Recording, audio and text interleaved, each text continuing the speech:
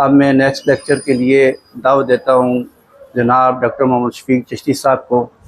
वो आएँ और फीमेल इनफर्टिलिटी पे लेक्चर देंगे।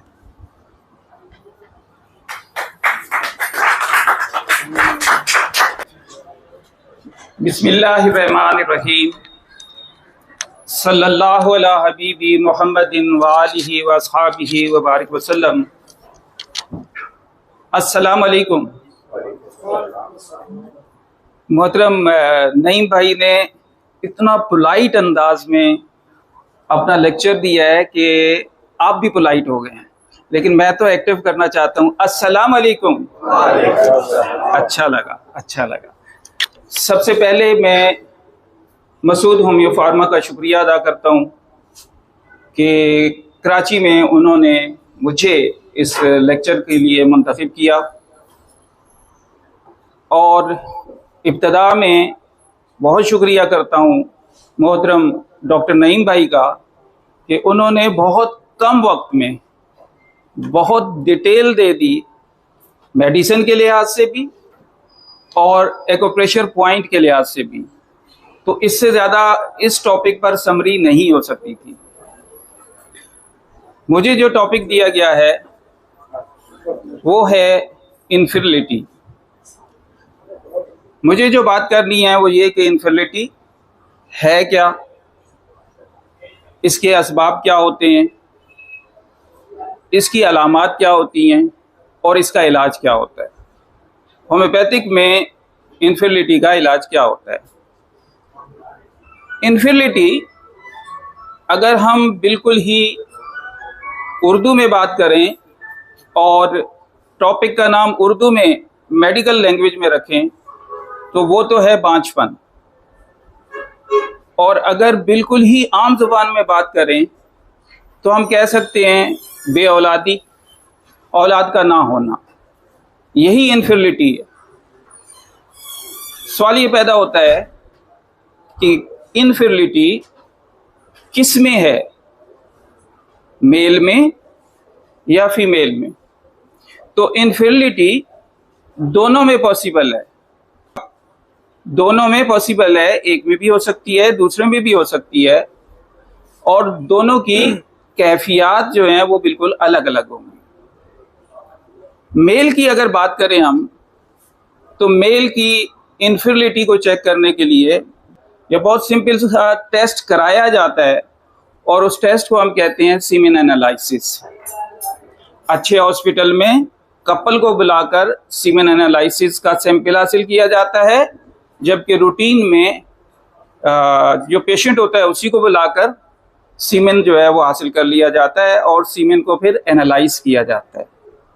मेल में कमोबेश सीमेन एनालाइज को अगर हम क्लियर कर दें तो अमूमन मेल की इनफिर्टिलिटी खत्म हो जाती है। हमारा टॉपिक जो है वो है फीमेल इनफिर्टिलिटी, खवातीन में इनफिर्टिलिटी। अब ये सितम ज़रीफ़ी है कि मुआशरा हमारा जो है वो सिर्फ और सिर्फ फीमेल की बात करता है कि इनफिर्टिलिटी होती ही फीमेल में है।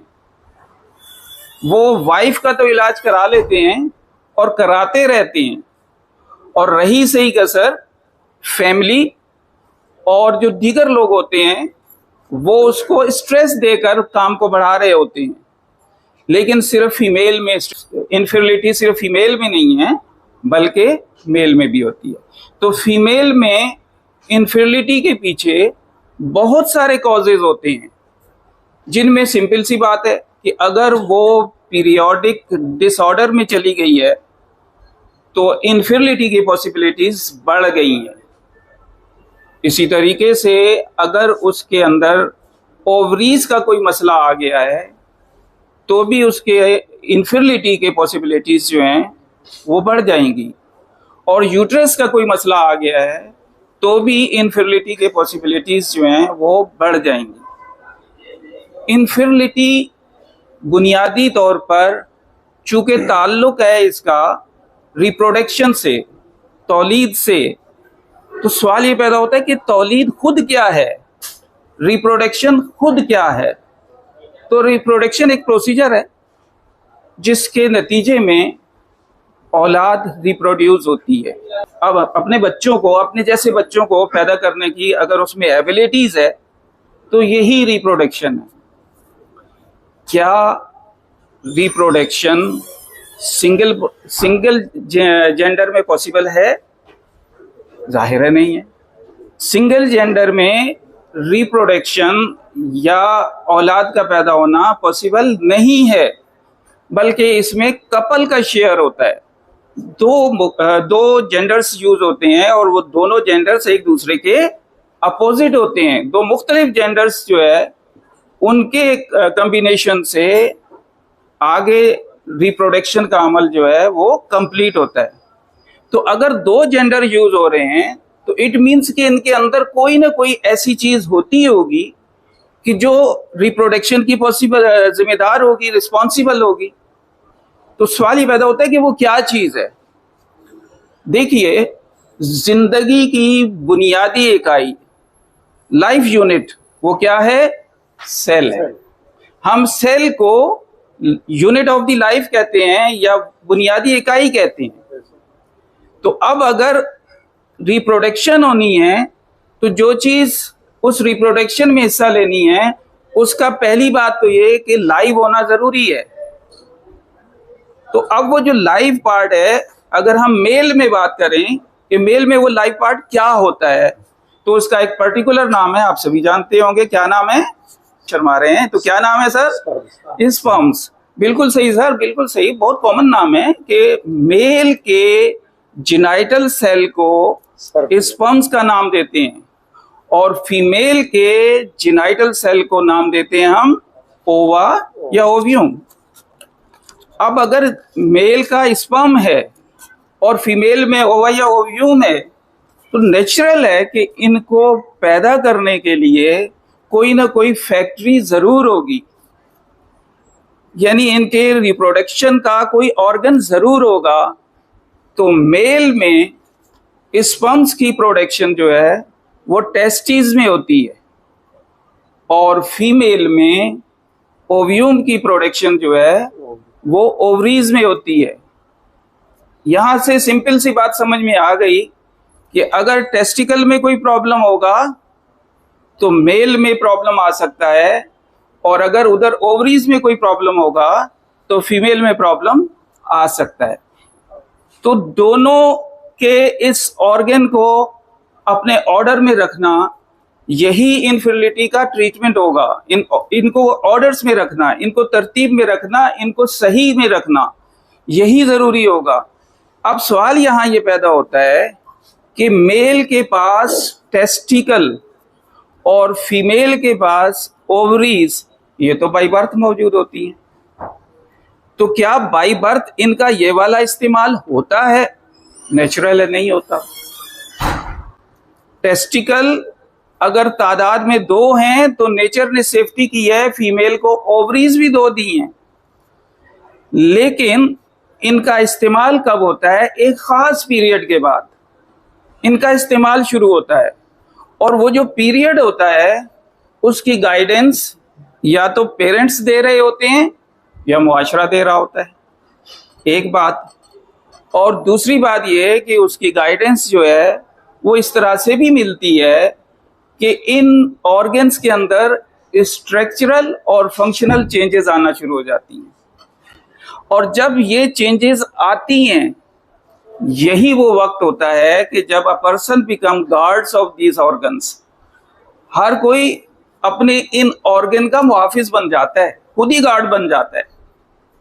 तो ये वो पीरियड होता है कि जब रिप्रोडक्शन के एबल हो जाता है पर्सन, चाहे वो मेल है चाहे फीमेल है। और फीमेल की पहचान क्या होती है कि फीमेल में पहचान ये होती है कि सबसे पहले उसको विजाइनल ब्लीडिंग शुरू होती है, जिसको हम कहते हैं मेंस्ट्रुएशन पीरियड। तो जैसे ही फीमेल में मेंस्ट्रुएशन पीरियड शुरू होता है तो अब वो एबल होती है कि रिप्रोड्यूस कर सके, रिप्रोडक्शन कर सके। तो ये जो प्यूबर्टी एज कहलाती है ये, यानी इस एज को, जिस एज में फीमेल जो है वो इस काबिल हो जाती है, तो इस एज को हम नाम देते हैं प्यूबर्टी एज। तो प्यूबर्टी एज के बाद इन ऑर्गन्स की अहमियत जो है वो शुरू हो जाती है। और अब ये हेल्दी हैं अगर, और मोस्टली हेल्दी होते हैं। देखिए, शादी के बाद का जो पहला 1 साल होता है जिसमें कपल एक साथ होते हैं, लेकिन अगर औलाद नहीं होती तो उसे इनफिरिटी या बांझपन का नाम नहीं दिया जाएगा, बल्कि वेट किया जाएगा, क्योंकि अब ये हार्मोनल चेंजेस का पीरियड है। तो इस दौरान वेट किया जाएगा। हाँ, 1 साल के बाद भी ऐसा होता है तो अब यहाँ आकर ट्रीटमेंट की जरूरत पड़ेगी। वो ट्रीटमेंट क्या हो सकता है? मैंने आपको बताया कि फीमेल में पीरियड डिसऑर्डर है, तो अब ये डिसऑर्डर क्या होते हैं? या तो कम होंगे, या ज्यादा होंगे, या इन टाइम नहीं होंगे। अगर कम है तो नेचुरल है, ट्रीटमेंट अलग होगा, और अगर ज्यादा है तो नेचुरल है कि ट्रीटमेंट अलग होगा। तो पीरियड्स को ऑर्डर में करना है। दूसरी सबसे बड़ी वजह फीमेल के अंदर जो होती है वो ओवरीज से रिलेटेड होती है। ओवियम जो प्रोड्यूस हो रहा है, जिसे आम जुबान में हम क्या कहते हैं? बिल्कुल आम जुबान में ओवियम को बैजा, दोनों नाम सही आ गए। बैजा कहते हैं या अंडा कहते हैं। तो खवातीन इसीलिए जब डॉक्टर के पास आती हैं तो वो कहती हैं मेरे अंडादानी में कोई मसला है। तो आम खवातीन जो है, घरेलू खवातीन जो है, वो अंडादानी का नाम लेती हैं। मकसद क्या होता है? प्रॉब्लम उनकी ओवरीज में है। तो ओवरीज का प्रॉब्लम क्या हो सकता है? ओवरीज में मेजर प्रॉब्लम ये हो सकता है कि ओव्यूम अपनी प्रोडक्शन प्रॉपर ना दे रहा हो। दूसरी बात ये भी हो सकती है कि ओव्यूम मैच्योर ना हो रहा हो। देखिए, एक खास पीरियड के बाद ओव्यूम मैच्योर होता है। कभी आपने अगर छोटा परिंदा, स्पेशली मुर्गी ज़िबा की है, तो आपने देखा होगा कि अंडा देने वाली जो मुर्गी होती है उसके अंदर जो अंडे मौजूद हैं वो कंप्लीट नहीं है, कंप्लीट के करीब हैं, कंप्लीट नहीं है। यानी कि ओव्यूम मैच्योर होने का एक पीरियड होता है। तो फीमेल में पीरियोडिक पीरियड से लेकर 12वें से 14वें दिन तक ये वो पीरियड होता है कि जब ओव्यूम अपना साइज मुकम्मल कर लेता है। ओव्यूम का साइज मुकम्मल होना जरूरी है। अगर ओवा अपने साइज में मुकम्मल नहीं होता तो उससे औलाद का आना आसान नहीं है।